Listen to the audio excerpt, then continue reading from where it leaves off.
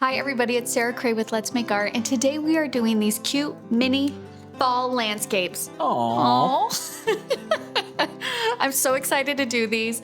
And we kind of discovered these frame ornaments recently, and we were just like, okay, this is the cutest and perfect thing to get for our little shop. So we are carrying these if you're interested, but basically they come in a few different sizes. We have a 3x3, a 4x4, and I think this was 3x4 here. But it's just so cute.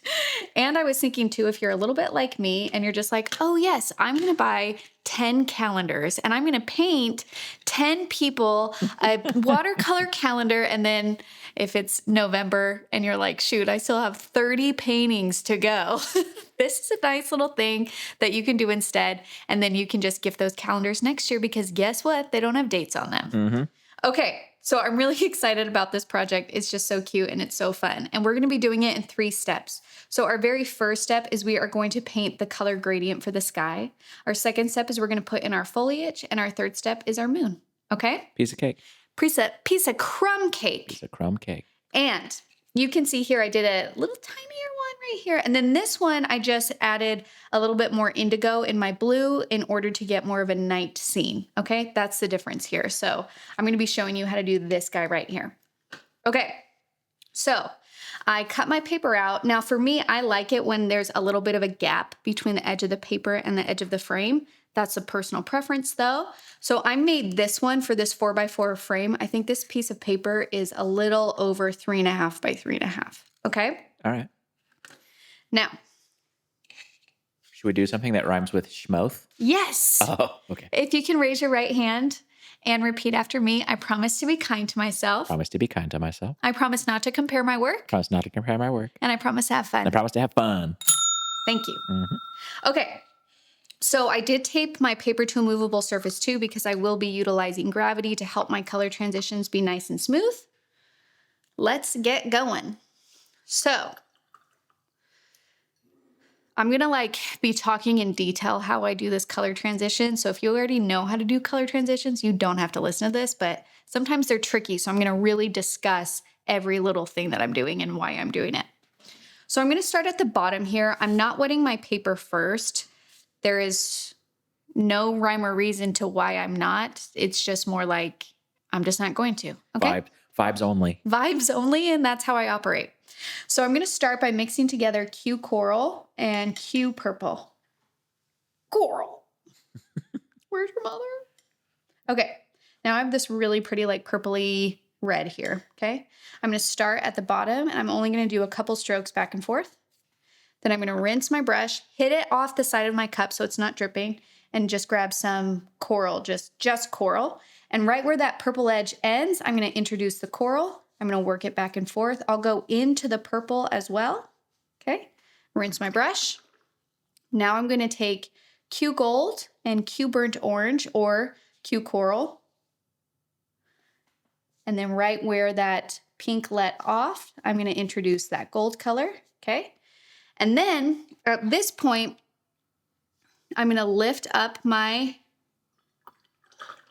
paper, and I rinsed my brush completely, and I'm just going to use water to spread the color that's already there up. And then at this point, I'm going to rinse my brush again. And the reason why I'm rinsing my brush again is because I picked up a lot of orange there, and I want to continue the water, but I don't want it to be an orange color. So that's why I rinsed my brush again. Now I want to think about how much color is going to be seen because I have my foliage line here. So if you want your foliage to go a little bit taller, you can, but I'm trying to think, what colors do I want? I kind of want this to be a bit more pink than orange. So I'm going to grab some more Q Coral and just layer it right on top. Like so, okay? Maybe a little touch of yellow there. Okay. So now I have this kind of peachy transition. The top is still water. I'm going to grab just Cobalt. And using just Cobalt, I'm going to bring that to the top. Again, my paper is, or my board is up at an angle. So that blue is just gonna drop down. And then in the area where I use just water and very little paint, that's about as far as I'll let the blue go with my brush. Okay, and the rest is just gonna kind of sit there. Now you can see that since I've been holding my brush up this whole time, I have this layer here.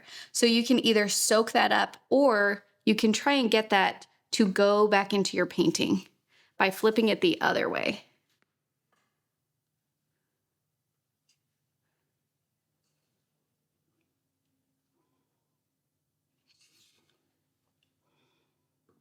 Okay.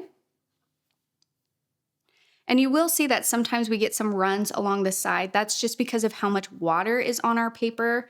But the runs along the side don't really bother me. I am gonna wipe off and kind of soak up that extra paper though, or paint. Okay. And then like just for fun, something that I like to do, even though you're not gonna really see this, is I'm gonna do a swoosh of Cobalt and kind of like Q purple along the bottom here, because if you look at sometimes these like setting suns, there's like the faintest line of blue right at the base. Now it's funny because like, again, I'm gonna be covering this with foliage, but sometimes it's nice just to have like something there. And I feel like I just want a little bit more pink in my sky. So I'm just gonna do one quick layer of this Q purple and Q coral.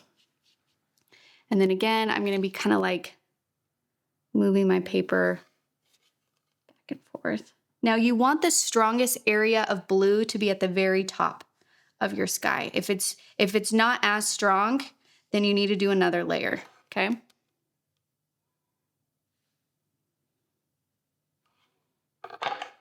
But that's it. That's our color sky. Beautiful. Now, because I was trying to like work quickly while everything was wet and teach, I can like say a few more things now that this is done. One of them is, if you don't like your color transitions or color transitions are really, really tricky for you, then you can do the same exact thing except do a value transition instead of a color transition. So you can do this really gorgeous blue and then just have it transition to a light blue. Or you can do the same thing with like peaches and purples. You can do a really dark blue, so it's kind of more of a night scene. But just, you would basically start at the top with strong color and then just work your way down with that same color. That's it. All right. Okay, so if color transitions are something that you just really struggle with, then don't stress, don't do it. Just do a value transition. The other thing is, especially if you're going to be doing multiples of these as gifts, like do a couple at a time. Try different skies. Try different, like here I did more of a night scene where I decided to go for a darker blue. That, like, do whatever you want. Don't be afraid to experiment and play. And then what I want you to keep in mind is that the sky is always changing from minute to minute, especially as that sun is setting and the light is shifting so quickly. Literally, it changes from minute to minute. So it's fine if there's some area that's more blue or more purple or more pink or more yellow, or maybe there is a cloud that has a little darker color right there, and that's what that streak is in your painting. Like, really allow yourself freedom. The other thing is we have a tendency to judge our sky, like the color transition specifically, because there's no other context to our painting. So when we look at this, if we don't automatically see sky, we think, oh no, I messed this up. But really, sometimes what we need is other things in the painting to create the relationship and the scene. So sometimes we paint a color transition and we're like, oh no, I really messed that up. But really, once you add the foliage and the moon in there, you're like, oh no, that's a sky. You know what I'm saying? Mm-hmm. So really give your painting a chance to be something before you decide if it's good or not. Okay? All right. Now that this has dried, I'm going to put in my foliage. So I have my foliage brush. And I'm going to pick up some green. So I have some phthalo blue, or you can do cobalt blue mixed with Q gold. Or if you have a favorite green, use your favorite green. You can also use undersea green. You can do whatever green you want. Okay, and then on the right-hand side, I'm just going to start putting in some foliage. At the base, the foliage is going to be more dense. And then as it kind of gets to the top, I'm going to let there be some space in between, like these little chunks that kind of come out from it, because that is true to how we see layers of foliage, right? Mm-hmm. Okay. And I'm going to try and go for like a shape. I don't want it to be even across. So I'm going to kind of create a V within my composition of the foliage, because that's going to give a sense of depth as opposed to doing it evenly across. Okay. So now I did some green. On the left, I'm going to do some Q golds and Q burnt oranges.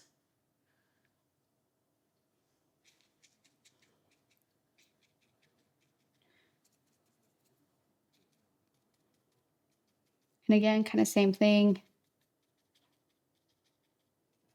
I'm going to have it go up on the sides a little bit and kind of go down in the center here. And don't be afraid to add a little bit of orange or yellow on the right-hand side as well. We want kind of layers of foliage here. And also when things are wet, I kind of like introducing a tiny bit of other colors in there. We can do some coral. We could do some gold. Coral. Okay. Now let's put in our pine trees. I'm going to take my liner, and using that same green, I'm going to put in a tall tree. Let's do one about right here. I'm going to do a smaller one over here. You usually just want them to be different heights. Okay? And then whenever you're doing pine tree, you want to think of an overall triangle shape. So sometimes people do little kind of branches that kind of come out like this, and notice that they get a little bit longer to make that overall triangle shape. And then from there, you would just go do, do, do, do, do, and kind of follow the branches. Now, you can use your foliage brush for this part, but because this is such a small painting, it's really tricky to be able to control the overall shape. So that's why I would use like a liner as opposed to my foliage brush for this type of detail work.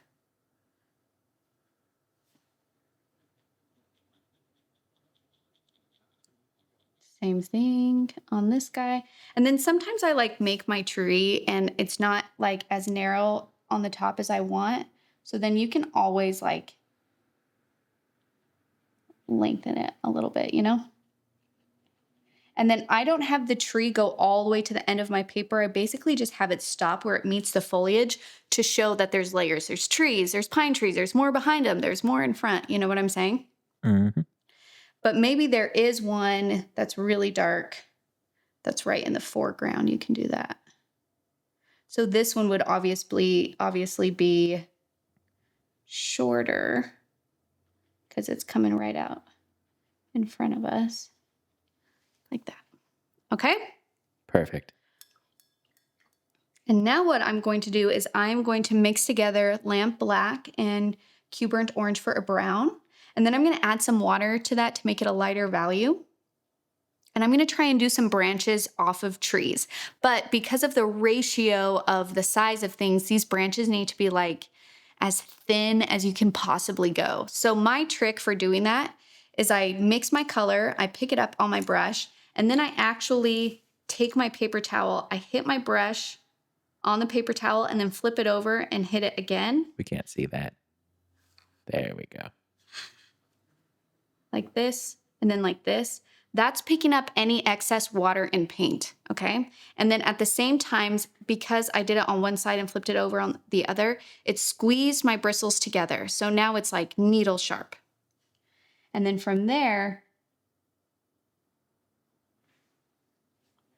okay, sometimes a bad thing is you squeeze off all the paint. So I'm gonna do it again. Grab the brown, hit it. There we go. And just remember that as branches go out, they get thinner. So we really want this to be like as thin as you can go. And these are layers of trees, so you're not having to decide, well, the overall shape of the tree because there's multiple trees here.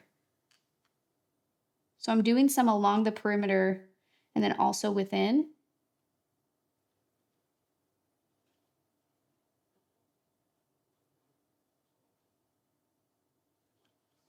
And don't be afraid you can do some over here too.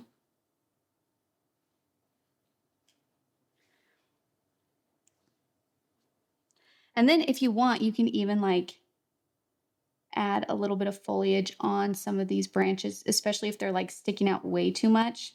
That you're like Sticking out? Like, yes. no pun intended. Or some could just be bare because it is fall and the leaves are falling off. So I don't want you to feel like you can't have some bare branches because you can. Maybe there's a little hint of yellow over here. And then I am going to take some darker green and just put that a little bit throughout my foliage here, just so there's like a hint of depth. And notice that I'm not like shaping trees. I'm more just introducing values. Okay? All right. And I feel like I want to have some darker, a little bit darker orange throughout over here.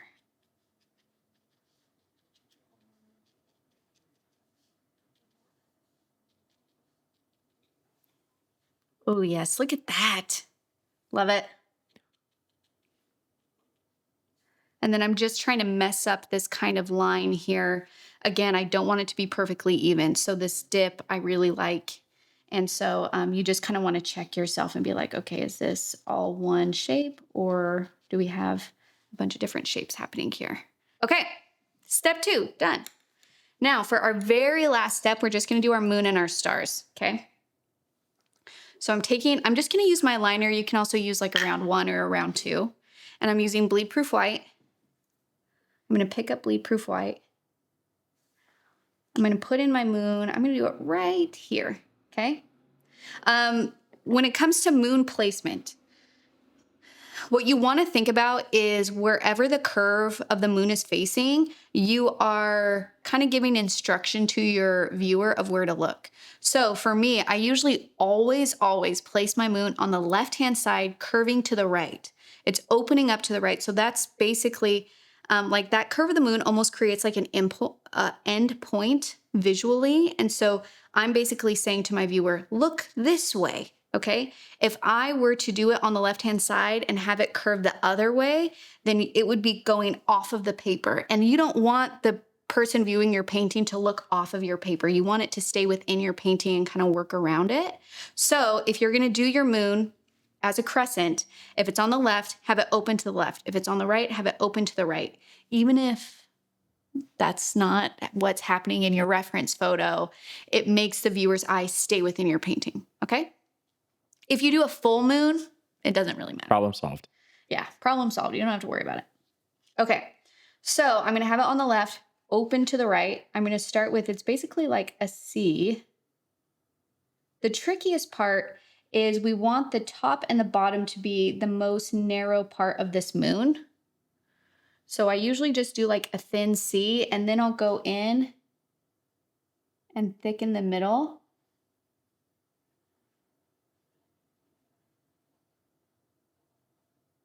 Just like that. And it can just be a little sliver, okay? And then from here, we'll do some stars. Now, for stars, you're gonna wanna make them, it is a natural tendency to have them evenly spaced, all the same size. But that's not actually true to how we experience stars. Stars are different distances from us. They're bigger and smaller. So some are gonna be brighter, some are gonna be not as bright. And they're independent of each other and really actually far away from each other, which means that they're going to like, basically we're taking such an expansive space and literally forcing it to come together, like flatten almost. And so in that way, some of the stars are going to be really close to each other. And then some are going to be really far away. Okay. So allow your stars to be different sizes, to not be evenly spaced. And also we might see Venus, right? Venus is out. Mm-hmm. So if you want to put Venus in, that one would just be like a little bit bigger, a little bit brighter. You can flick stars if you want. Just make sure that you cover up your foliage. Okay. And don't forget this area right here in this kind of transition. The other thing is you have to envision that your moon is whole and there will not be any stars over that whole moon, okay? Because the moon would be blocking. Even though only this little sliver is illuminated, there is still the rest of the circle, so we wouldn't put any stars in that circle. Beautiful. Okay? Ooh, I love it. And like this to me, honestly, this is my view from my home. When we're driving home or we get out of the house and all of the trees across our yard are changing and we get this gorgeous color transition where it's like peaches and golds and a little hint of purple and then but we still have that blue sky because it's not quite dark yet. Magical. It's magical and I love it. Okay, that's it. Basically, we just let this dry and we move on. Now, I want to say too, the really fun thing about these ornaments is like, this took what, 20 minutes? 20 minutes, and you now have something that's really meaningful and special that you can give someone. And if you like Ceramath, the way that I like Ceramath is basically like you might need to buy more paint and brushes so you can paint these ornaments because think of how much money you're saving. Right. By not buying, something off of Amazon, they're going to get this really special homemade gift. And it's a good reason to for all your art supplies. Everybody gets a gift. It's for someone else, okay? You get being selfless by so buying paint. if you have anyone that's questioning your art purchases, you just say, "Hold on, I'm doing Christmas shopping right now, okay? You all are going to benefit from this." These are real conversations from the Cray household. Okay, and then you just let that dry. And for these ornaments, so. First of all, they can be like, I would say this is the 3x3, and this is the ornament size that I think is perfect. It's so dang cute and it would hang really nice on your tree. These ones are a bit bigger. They can still work as ornaments, but they can also just be frames. Like this can just be something beautiful that hangs in your bathroom or in your kitchen, So it doesn't have to be an ornament, but how they work is basically this little slider comes out and then they just swing open. So you can switch out paintings easily. You could even do pressed flowers if they're really thin. And then you just close it and slide it.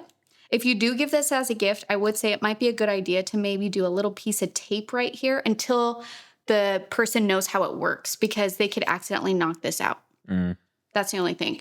But once you know how they work, then you know how to treat it and be careful with it. Okay? All right. So I hope that's helpful for you. I hope you have so much fun with this. And I hope that you use this as an opportunity to share your art with those that you love. I know it's really